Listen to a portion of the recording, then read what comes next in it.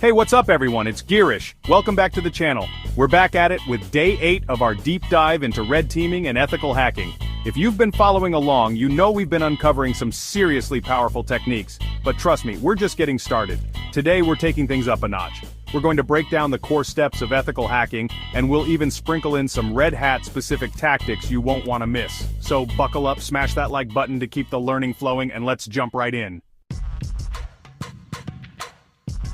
Alright, before we even think about launching an attack, we need to know what we're dealing with, right? That's where reconnaissance comes in. This is all about gathering intel, and I'm not just talking about a quick Google search. We're talking digging deep, uncovering network ranges, employee names, publicly available documents, you name it. Think of it like being a digital detective, piecing together clues to build a complete picture of our target. The more info we have, the more effective our attack will be. Okay, so we've done our homework, we've got our intel, now it's time to start poking around the target system. This is where scanning comes in. We're essentially looking for open doors, vulnerable ports, services running in the background, anything we can leverage. Imagine trying to find a way into a building. You'd check the doors, the windows, maybe even try the roof.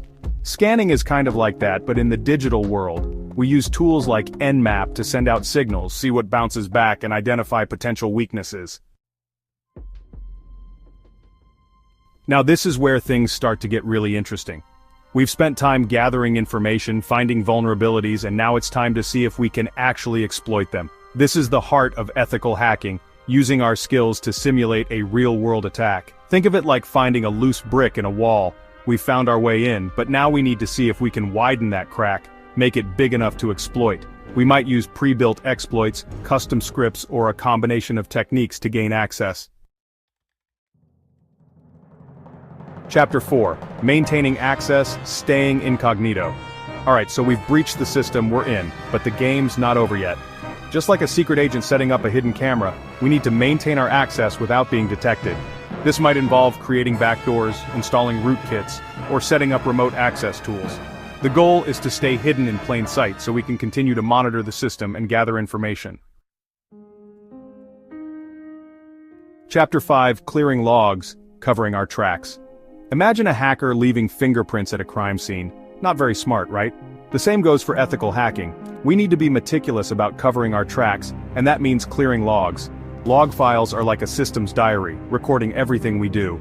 We need to scrub these logs, delete any evidence of our presence so we can operate undetected. Okay, so we've completed our simulated attack, we've gathered our data, now it's time to share our findings. This is where the ethical part of ethical hacking really comes into play.